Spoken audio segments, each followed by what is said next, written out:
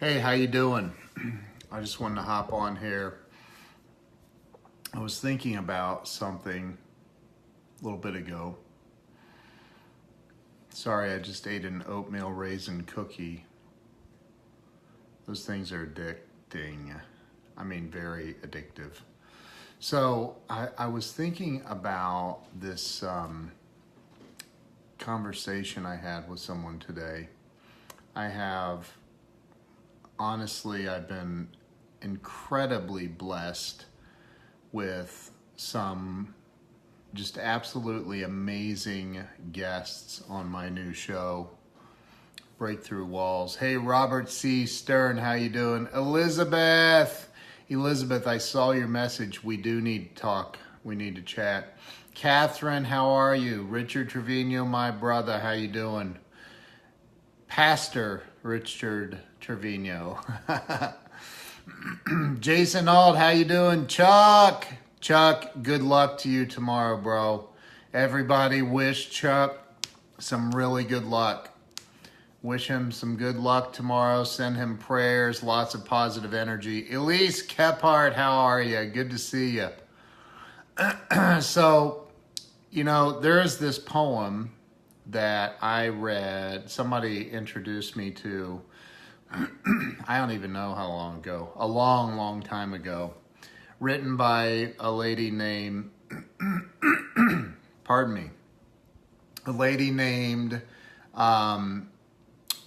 Marianne Williamson, and I tagged her in this, but, did you get a nap in? No, I did not get a nap in. I've been going since about 7:15 this morning, I believe. And I'm still sitting in my office. So, Andre Chandler, how are you? So this lady wrote a book called A Return to Love. And in the book, she wrote this poem. And it is an amazing poem. And if you would like me to read it, it's only 6 paragraphs. If you would like me to read it, just drop a 1 in here and I'll read it right now. Carly, hey, happy birthday to your little princess. Oh my gosh, how beautiful is she? And I remember having a meeting with you when you were still carrying her. That is unbelievable. Drop a 1. Amber Felt dropped a 1. This is a beautiful poem, and seriously, I've read it, I don't even know how many times. Hundreds, if not more, of times. Jeff Schick, how are you? All right, I got 2. So where 2 or more are in agreement. Okay, so here we go. I'm going to read this to you. It's called Our Deepest Fear, written by Marianne Williamson. And it says, our deepest fear is not that we are inadequate. Our deepest fear is that we are powerful beyond measure. It is our light, not our darkness, that frightens us most. We ask ourselves, who am I to be brilliant, gorgeous, talented, fabulous? Actually, who are you not to be? You are a child of God. Your playing small does not serve the world. There is nothing enlightened about shrinking so that other people won't feel insecure around you. We are all meant to shine, as children do. We were born to make manifest the glory of God that is within us. It's not just in some of us, it's in everyone. And as we let our own light shine, we unconsciously give other people permission to do the same. As we are liberated from our own fear, our presence automatically liberates others. That's an amazing poem. Think about how many times in life, Anthony, how are you? Rob Glow, what's up, man? Think about how many times in life you have shrunk yourself down in the presence of others because you were afraid of your energy outdoing them, and in turn get I just made a meme of this to put up tomorrow. It was used in the movie Coach Carter. Oh wow, that's awesome, dude. Yeah, I'll tell you, the book is, it's Marianne Williamson wrote it, and it's in her book, A Return to Love, which is a study of A Course in Miracles, which is an amazing, very thick book. But think about all the times that you've shrunk in the presence of others so you didn't make them feel insecure around you. And then I want you to stop and think about how ridiculous that is. That is absolutely ridiculous. I started this daily show Monday through Friday at 11 a.m. and it's called Breakthrough Walls. I wish I could take credit for the name, but I can't. My wife came up with the name. It's obviously a play on my last name, but it's also it's a name that fits, because it's a show about helping people have a breakthrough in life. It's about having a breakthrough in life. And you know, I've done it my entire life. I shrink myself down in the presence of others that I may feel are greater than I am. I shrink myself down to you know, so they don't feel insecure around me. I shrink myself down so they don't feel like, oh, you know, he's trying to act like. And now I'm not saying be an arrogant idiot. I'm not saying be a moron and try to one-up everybody. Nobody likes a one-upper. Nobody likes a one-upper. Right? Nobody. But you can do good in the world, and you don't have to shrink yourself down and play small in the presence of others so they don't feel insecure around you. You don't have to do that. You know, I've been blessed with some unbelievable people on my new show. I mean, absolutely unbelievable people on my new show, Breakthrough Walls. I've had Lisa Copeland. I've had Jeffrey Gitomer.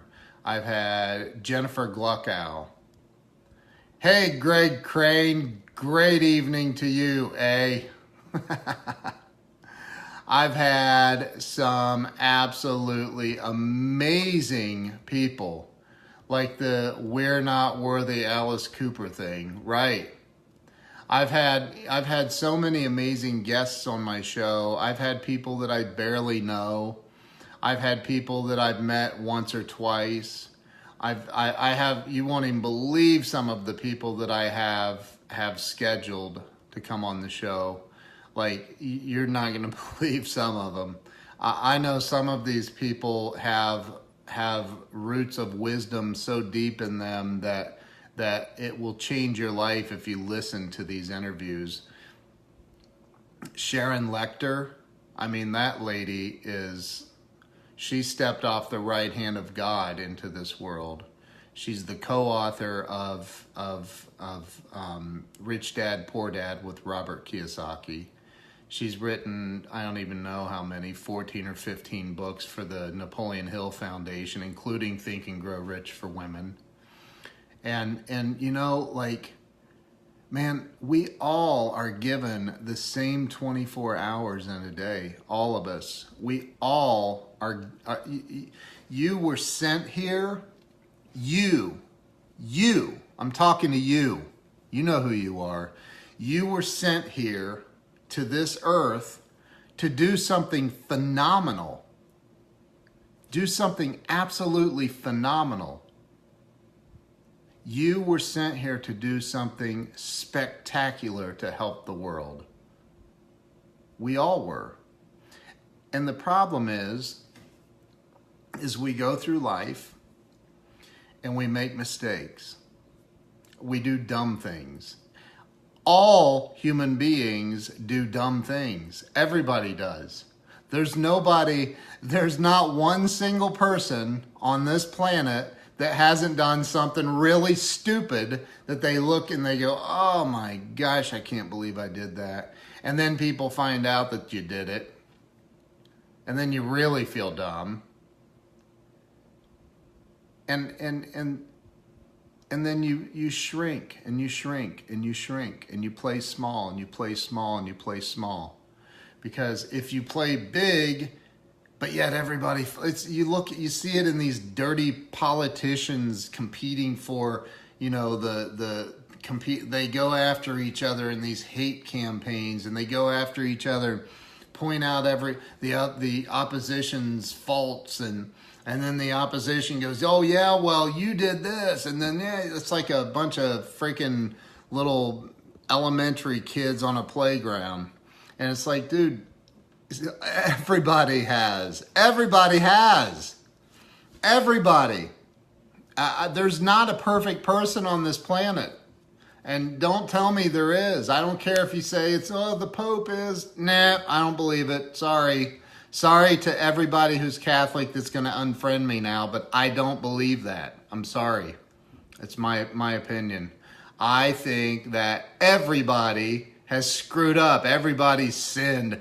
Even the Bible says it, for all have sinned and fallen short of the glory of God. It happens. Everybody does. We make mistakes. And just because you made a mistake, hey, Sandy Lewis, great to see you. Great to see you. I love Sandy Lewis. She's amazing. Just because you've screwed up doesn't mean you go the rest of your life. Even if you've screwed up 1,000 times, it doesn't matter. All it takes is one time of getting it right, and you may knock it right out of the park. But if you walk around on this planet playing small so that other people don't feel insignificant around you or in your presence, then guess what? You are not fulfilling the purpose that you were sent to this planet for. El Patron, how are you? Good to see you. Like, you were sent here with a purpose. You were sent here with a purpose. You have to fulfill your purpose. You have to fulfill your destiny. And you can't do that walking around on this planet feeling insignificant. If you've made mistakes, you've made mistakes. Quit making the same mistakes. Do the best you can to do better. Hold yourself to a higher standard. Hold yourself to a higher standard. Every single day, wake up. If you wake up, remember, a lot of people aren't going to wake up tomorrow morning. A lot of people will not wake up tomorrow morning. If you wake up tomorrow morning, you have the opportunity to make a difference. And don't compare yourself to what everybody else is doing. We follow people like Grant Cardone. I love Grant Cardone. I think the dude puts out amazing content, but I'm not going to compare myself to where he is. If I did, I'd go stark raving mad. Why don't I have a Gulfstream 550? What makes him any better than me, right? Like, why don't I drive a Rolls Royce? It's not fair. No, it's life, man. There's always somebody doing better. He may look at somebody like Donald Trump and say, why can't I be in the White House? If he walked around comparing himself to other people, like, that's not what it's about. It's be the best version of you, not the best version of I want to be like Grant Cardone or Tony Robbins or whoever. Just be you. Be you. Ermelo, how you doing, brother? Good to see you. Like, just be you. Be the best version of you. And don't walk around this planet shrinking in the presence of other people so that they won't feel small around you. You can't do that. You can't do that. You're not fulfilling your destiny. You were sent here to this earth to fulfill a purpose. And it was not to be a doormat. And it was not to shrink yourself down in the presence of others so they feel better about themselves. I think, let's see, Greg says, I think many of us were taught not to brag or pump our own tires. Recently, I have made this change to acknowledge my successes as worthy and not just luck. Amen. That's it. How you doing, Aaron? So like you've got to, that's it right there. You've got to, look, accept that you've made mistakes. We all make them. We all make them. And when I was out drinking the way I used to drink, I make it to August. I have 16 years sober. And you know, like 16 years ago, I was a freaking lunatic, alcoholic, crazy, drunken lunatic. I mean, I was crazy. And I made a lot of dumb mistakes. And I'll tell you something somebody said to me once. Because I learned how to forgive the people that hurt me in the past. I learned how to do that. It took a long time, but I eventually learned how to do that. And then, you know, I was still doing dumb things. I still wasn't where I wanted to be. And this guy says to me, a friend of mine says, you know, I'll tell you something. It's easy to forgive other people for what they've done to us. And most of the time it's easy to receive forgiveness for the things we've done wrong if we admit to it. The hardest thing to do is to forgive yourself for the stuff you've done. That's the hardest thing to do. What's up, Dan Keller? How you doing, brother? That's the hardest part, is forgiving yourself. But just like the poem, Our Deepest Fear by Marianne Williamson, just like that poem, man, your deepest fear is not that you're inadequate. Your deepest fear is that you're powerful beyond measure. I think that a lot of people hear something like that and they go, yeah, that's right, I'm powerful. And then they get all arrogant and cocky, and nobody likes that. Nobody likes that. There has to be a certain amount of humility. There has to be a certain amount of humility, but that comes from knowing, inside knowing that you are free from all of the stuff that you've done, from all of the stuff that you've done to cause harm to others, that you're free from that you went through the process of admitting your wrongs and going through the steps to right everything that you can, correct what you've done wrong, and then you freaking stay on the track, knowing still that you're gonna do dumb things. You're human. It's impossible to live on this planet and not do dumb things as a human. It's impossible.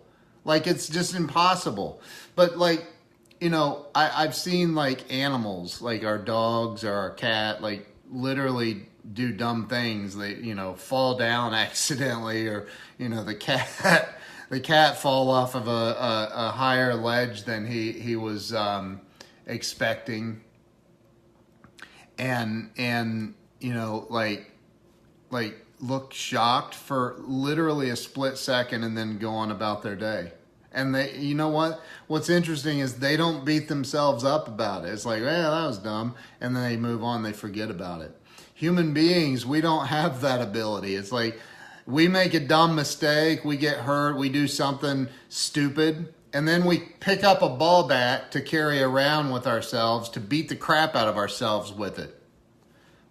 That's just, that's not the way to do it. And I'm not saying I haven't done it. I've done it. I've done it a lot. Now I have to post it now and tag you. Go for it, bro. Our Deepest Fear by Marianne Williamson. It's from her book, A Return to Love. And I'm telling you, she says, your playing small does not serve the world. There is nothing enlightened about shrinking so that other people won't feel insecure around you. You can't shrink so that other people won't feel insecure around you. I mean, you can. And in the end, you let me know how that works for you. It doesn't work. I told somebody, thanks for tagging me, bro. I told somebody that today, I said, man, I was going to ask you, I've been wanting to ask you to be on my show, and very, very successful physician friend of mine. I said, I don't know. I just haven't had the nerve to ask you. I don't know why. He said, oh, it's probably because I'm so unapproachable. And he said that in a joking way. And I was like, that's just silly. I don't know what, like, I've asked some amazingly successful, famous people to be on my show, and they've agreed to be on. And this guy is just one of the most humble, great people I know. And I don't know. I was like, well, I don't know. He's like, it's probably because I'm so unapproachable and arrogant or something like that. And he's not at all. Like, he's not even close to that. And I said, I know, dude. I'm human. I made a mistake. Yes. The book, A Return to Love, is actually a study. I said that earlier, I think, before you got on. It's a study on A Course in Miracles. It's a study of that and A Course in Miracles is like, it's an unbelievable book. I have it somewhere. I have no idea where. But anyway, I was just thinking about this, like, the reason that I'm expanding in my life. Hey, Tiffany, how are you? The reason I'm expanding right now, is I got tired of shrinking so that other people wouldn't feel small in my presence. I got tired of it. And I hate to see people do that.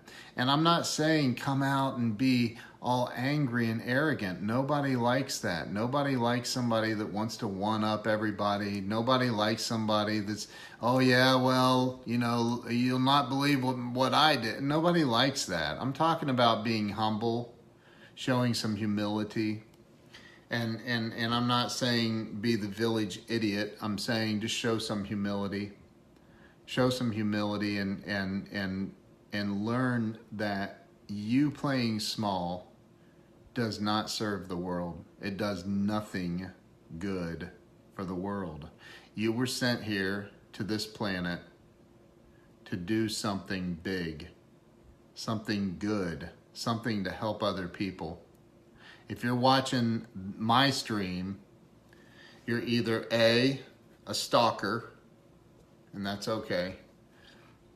I love you guys too. All of the stalkers, love you all. Haters, right here, I got you. I pray for my haters.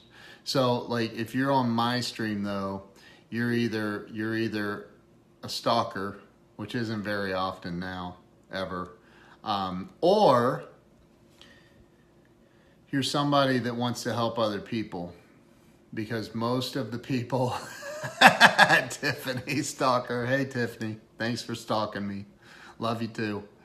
Like, most of the people though that I hang out with are people that care genuinely about other people, and they want to improve the world. I know you're kidding. They want to improve the world. They want to make this world a better place for other people. And when you learn that, like she says, we are all meant to shine as children do.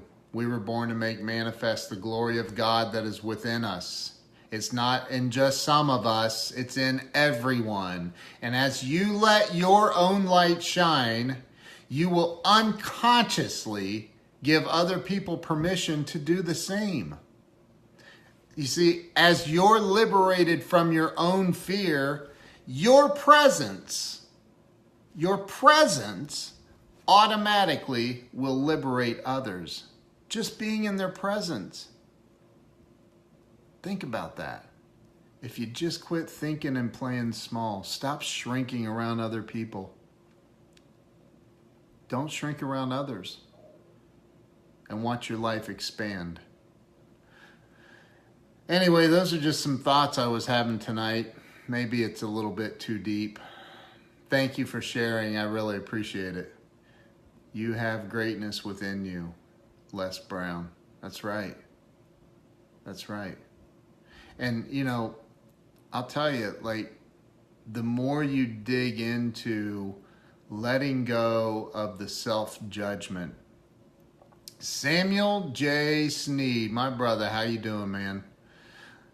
The more you let go of the self-judgment, the more you stop beating yourself up, the more you put the ball bat down, and you stop beating yourself up for the dumb things you've done in the past. Because look, I promise you, you call up anybody, and say, have you ever done anything dumb? You ever done anything that like could be considered a sin? And if they said to you, no, never, you should probably disconnect from that person, because they'll lie to you about other things too. Or if they're that delusional, you probably shouldn't be hanging out with them either. That makes them dangerous. I'm just telling the truth. People make mistakes. We're human. We're humans. You make mistakes. That's the way it goes. So, go read that poem, Our Deepest Fear by Marianne, and it's Marianne.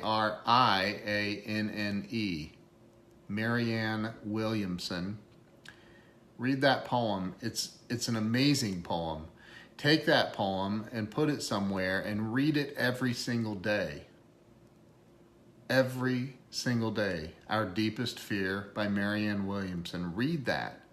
Feel that. Live that. Stop shrinking around other people so you're not, where you get to that place where you're afraid of making them feel insignificant. Be the light that you were meant to be. Own your mistakes and make it right if you can. That's it, dude. That's it. Liars. He said liars.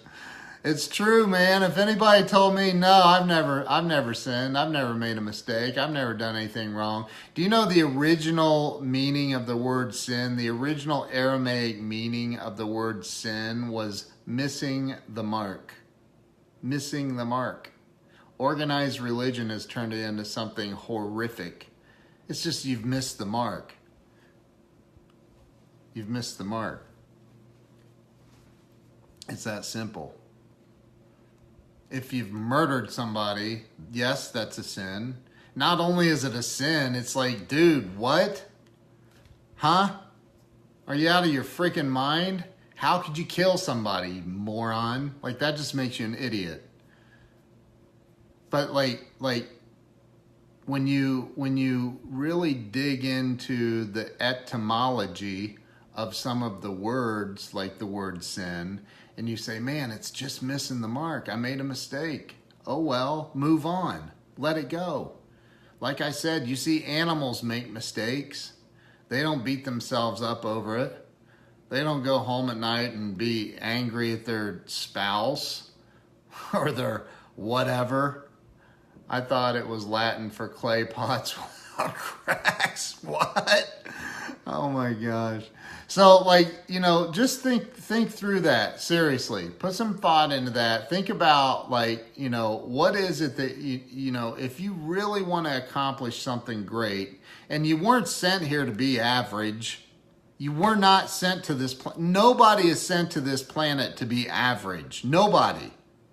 Every single person on this planet is meant to be great. You are meant to be great and help other people.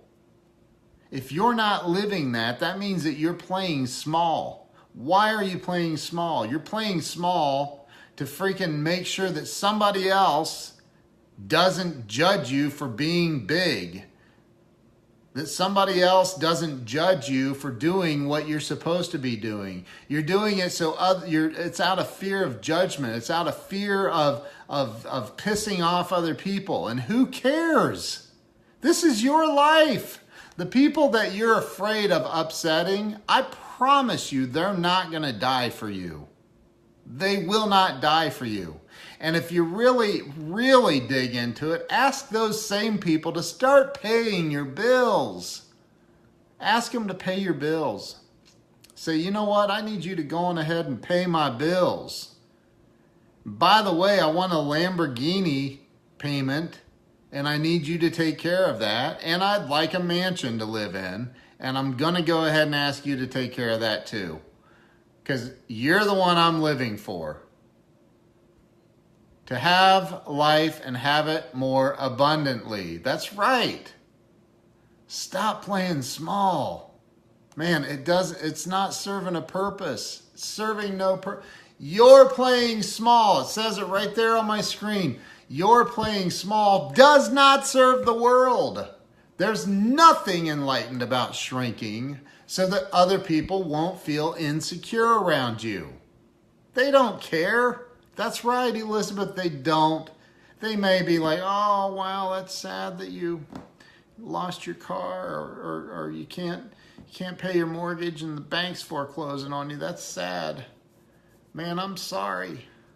I'm sorry. Sorry for that. Hey, stop over and we'll give you a bologna sandwich. What? But I've been worried for the last 40 years about what you'll think of me. All I get's a bologna damn sandwich? What? I've been worried about what you're going to think about me, and you're offering me a bologna sandwich. Can I at least get a ribeye? Can I get a ribeye if I come over? Like, oh, no. We can't do that because we're too busy living our lives to please other people. So we can't really afford a ribeye. So we're going to have to ask you to just stop over for a bologna sandwich. And then you go, what? I've been living all these years in fear of what they would oh God, what if I outdo my parents? Or what if I outdo my siblings or my friends I went to school with? Or what if I outdo this person or that person? What if I become something higher on the socioeconomic scale? What if I go really crazy and read a lot of books all the time and get smart? No, I better not do that. Because if I get too smart, people won't like me, and I need them to pay my bills. So, and then they offer you a daggone bologna sandwich. Like, what? Come on. Stop living your life for other people. You were sent here to be great. You were sent here to do great things for other people on this earth. And you playing small will not accomplish that. I promise you that. It will not accomplish it. You were meant to be great. You were meant to expand. They still make bologna. Dude, I have these Amish clients that brought us literally the biggest thing of Amish bologna I've ever seen in my entire life. We literally had to take out a giant Cutco knife and cut the thing in half and freeze half of it. I was like, dear Lord, that's the biggest thing of bologna I've ever seen. And it's delicious. So, yeah, they definitely still make bologna, at least in Amish country they do. So, I don't know, I had this kind of epiphany moment, and I've had a lot of them throughout my years, as most of us do. Kevin Bacon, how you doing, brother? I've had many of them where it's like, man, I'm shrinking down, I'm playing small so that somebody else won't feel insecure around me. And I've done that so many times in my life. Now, I'm not saying be arrogant and cocky and all of that, because nobody likes that. Don't be a one-upper. Don't be a, hey, I can do it better. I mean, don't be like that, Express some humility. Get ready for bed. Well, I'm glad that I could join you as you're getting ready for bed, bro. Sorry, there's something I just found that's funny. I need an ego like Lil Wayne's. I mean, you gotta get to a place where you just no longer, I'm not saying everybody cares about, everybody cares about what other people think. Okay. Otherwise, look, I'm most comfortable walking around in my boxers and that's it. And trust me, I ain't doing that. So I obviously care about what other people think because I dress every day, right? And so like most of us, most people aren't going to just walk around in their birthday suit because they care about what other people think. Most people aren't going to walk around and swear like a sailor because they care what other people think. However, you can't live your life based on what you think other people are going to think. If you shrink yourself down, if you play small,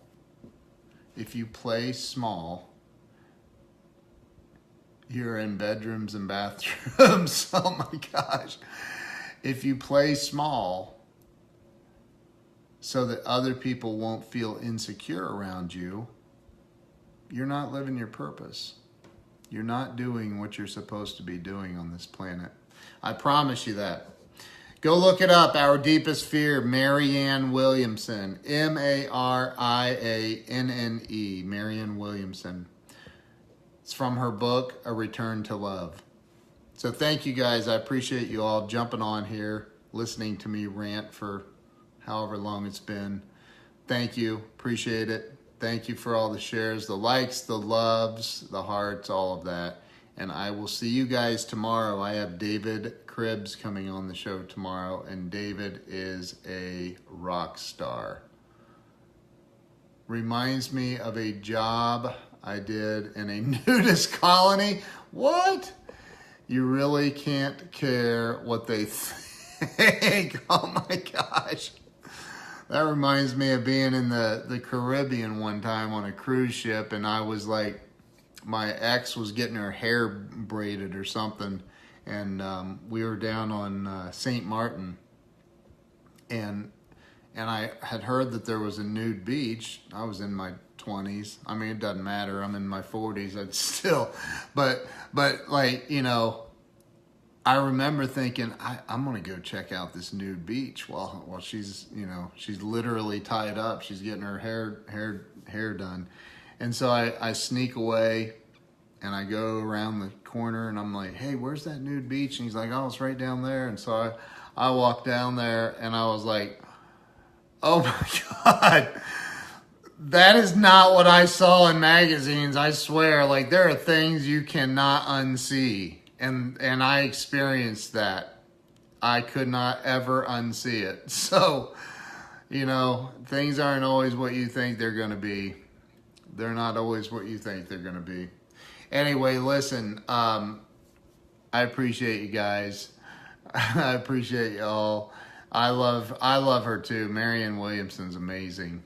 She's amazing. So thank you guys for jumping on here. Appreciate you all. Love you all. Have a wonderful night, and I will talk to you really, really soon. Peace out. Have a great night.